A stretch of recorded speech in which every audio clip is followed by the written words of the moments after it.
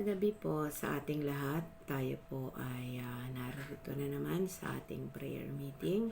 So, salamat po sa pagkakataon na ako po ay nabigyan na naman ng opportunity to share with you yung salita ng Panginoon. Ito po ay matatagpuan po natin sa Job 1 verse 21.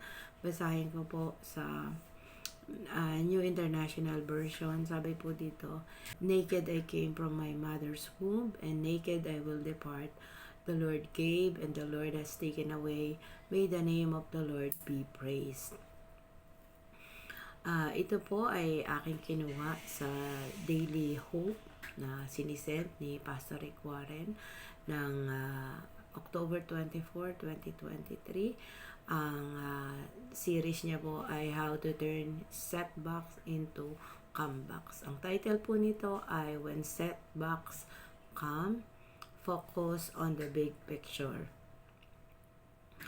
Hindi naman po ligid sa ating lahat na tayo po ay nakakaranas ng mga setback sa buhay o yung mga kapalpakan o yung difficulties, yung hardship na nangyayari.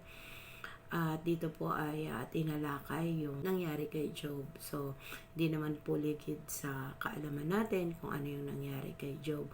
Kumbaga, sa buong Biblia, yun sa akin lang naman to, yung time na kinatatakutan kong basahin kasi parang ayokong mangyari yun sa buhay ko. Though, meron naman tayong kanya-kanyang pinagdadaanan sa ating buhay. So, alam niyo po ba na kung mararanasan natin yung mga hardship na to or yung mga setback na to sa buhay natin, it is okay to tell God na tayo ay nagagalit or we are sad or nadidepress. Okay lang po sa Kanya na i-express yung ating mga emotions na yon kasi we know that God understand us. Na tutuwa nga ako kasi meron akong napanood na preaching sa YouTube. Ang pangalan niya is si Subject. Siya po ay isang preacher na galing sa Ukraine at meron po siyang defect sa kanyang mga mata dahil siya daw po ay pinanganak doon sa time na nagkaroon ng atomic bomb explosion sa Ukraine. Tapos nung pagkuha sa womb ng nanay niya sa kanya, medyo na apektuhan yung kanyang optic nerve. At tapos nung lumalaki siya, bully siya. Tapos dahil syempre nabubuli ka, hindi naman maganda sa pakiramdam na nabubuli siya. Lagi niya daw sinasabi na, "Lord, baka naman pwedeng gumawa ka na lang ng aksidente para mamatay na lang ako." Kasi sabi niya, ayoko naman na mag-suicide. At least pagka may aksidente, ikaw ang may gawa nun. Tapos every night daw, umiiyak siya sa Lord. Tapos nagagalit siya kay Lord. Sinasabi niya kung ano yung mga nasa puso niya.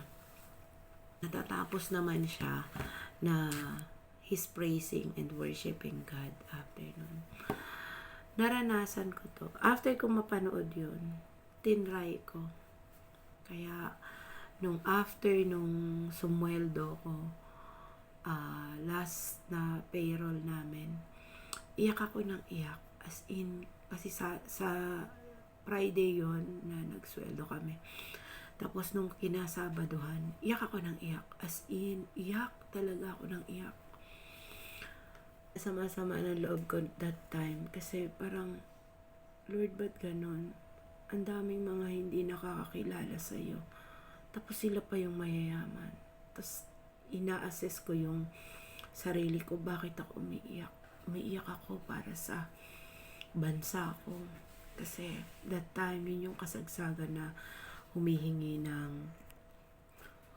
ng confidential fund, yung isa sa pinakamataas na posisyon ng gobyerno natin. Tapos nalaman ko pa na in 11 days na ubos yung 125 million.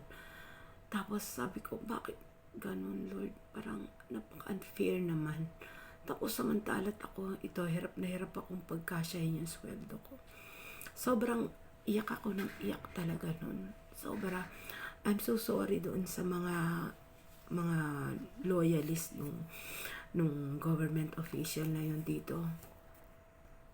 Pero hindi ko lang talaga maiwasan na sumama ang loob talaga at magtampo kay Lord dahil dun sa why He let it happen.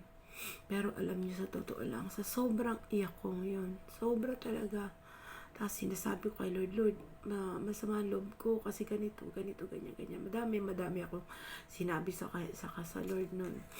At umabot siguro ng 1 oras at kalahati yung pag-iyak ko sa Lord na walang tigil, as in, hagulgol talaga. Ngayon pa nga na luluha na naman ako.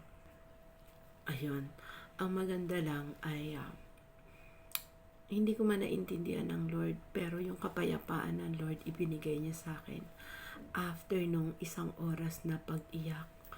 Ang sarap-sarap sa pakiramdam. Hindi ko man nakuha yung tamang sagot or yung gusto kong sagot doon sa mga tanong ko kay Lord. At least, naihinga ko sa Kanya yung lahat ng emotions ko. At okay lang naman po ito sa Panginoon. Basta't hindi lang tayo magiging bitter. Kasi, kapag tayo naging bitter, it's like we're saying na, God, I don't trust you. Pagka dumating yung mga hardship sa buhay natin, sinasabi natin na hindi na kita mapagkakatiwalaan, Lord, kapag nagkaroon na tayo ng bitterness. Ito ay isang parang poison na sisira din sa buhay na. Kung mapansin natin, si Job, in-endured niya yung lahat ng klase ng problema. As in, nawala yung mga anak niya.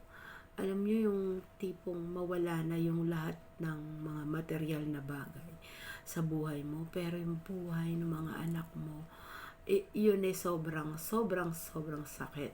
Di ba na mana niya, yung fortune niya, nawala. Pero instead na maging bitter si Job, nag-focus siya dun sa malaking picture na hinahanda ng Lord sa kanya. At dito naiintindihan niya na si Lord ay He is in control sa mga nangyayaring to, kahit na hindi niya man naiintindihan or everything is falling apart doon sa hindi siya nagdalawang isip na purihin pa rin ng Panginoon. Katulad nung sinabi doon sa Job 1 verse 21 na was born with nothing and I will die nothing. The Lord gave and now He has taken away. May His name be praised. Nung lumabas naman tayo sa sinapupunan ng ating ina, wala naman tayong dala kahit ano. Sino ba yung ipinanganak na meron ng daladalang Bible, meron ng daladalang laruan, or meron ng pera sa paglabas niya sa sinapupunan ng kanyang ina? Diba? Wala naman. Lahat nakahubad ng inilabas ng mga nanay nila. Meron na bang naka-gown na baby or tuxedo na baby na lalaki? Diba? Wala naman. And then yung mga namamatay, wala rin naman silang nadadala sa kanilang libingan. Kung meron mang madala sila, yung katulad nung ginagawa ng mga ibang kultura na naglalagay sila ng gold, diba, pag hinukay din naman yung mga yun, nandun pa rin, hindi naman nila nadala sa kabilang buhay. So sa buhay nating ito, dumating tayo dito na wala tayong dala at aalis din tayo sa mundong ito na wala tayong madadala. So kung dumating sa atin yung setback ng buhay natin o yung kahirapan o yung mga kapalpakan sa buhay natin, kailangan lang natin gawin is we have to focus on the fact that God has our bigger picture. Nakikita niya yung mas malaking picture at alam niya He is in control. Marami ang magbabago sa buhay natin. yung pananampalataya natin, i-test ito.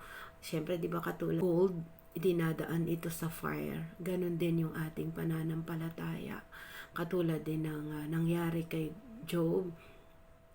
Hindi naman siya pinangakuan ng perfect life, but the life with God, nakasama ang Panginoon, yun yung naipangako sa Kanya. Hindi man natin naiintindihan yung nangyayari sa buhay natin, but still we will trust in the Lord. Yung bahala sa atin. Nasa sa atin yung choices, di ba?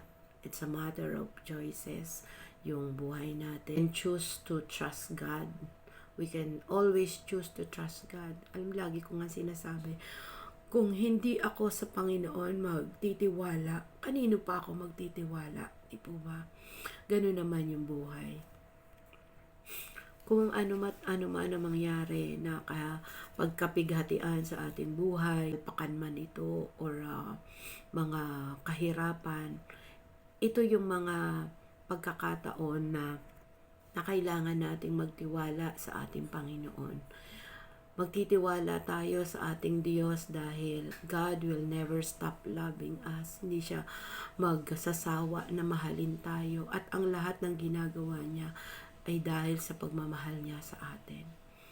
Pangalawa, God has a plan for our lives. May plano siya sa buhay natin. Hindi man natin to alam. But meron talaga siyang plano sa buhay natin. At sa bawat nangyayari sa buhay natin, meron itong dahilan. Pangatlo, God cares about every detail of our life. Every detail of our life, alam to ng Panginoon at walang naitatago sa Kanya. Pang-apat, God is in control of everything even when you don't understand it. As I have said kanina, kahit hindi natin naiintindihan, God is in control. Alam niya yung mga nangyayari sa buhay natin. Pang-lima, ang Diyos ay magpoprotekta sa iyo. God will protect you. So whatever yung nangyayari sa ating mga buhay, whatever setback it is, itong 5 katotohanan na ito na sinabi ko kanina, up the big picture of our life. When everything falls apart, you can base your life on them. Ulitin po natin, God will never stop loving you. God has a plan for your life. God cares about every detail of your life. God is in control of everything even when you don't understand it. And God will protect you. So, hindi natin kailangan na maging bitter kung ang mga paningin natin ay nakatuon doon sa paningin ng Panginoon sa ating buhay. That God sees the bigger picture. We all just have to trust in Him. At focus natin our eyes on our Lord Jesus. He is the author and the finisher of our faith. Maraming salamat po. God bless you all.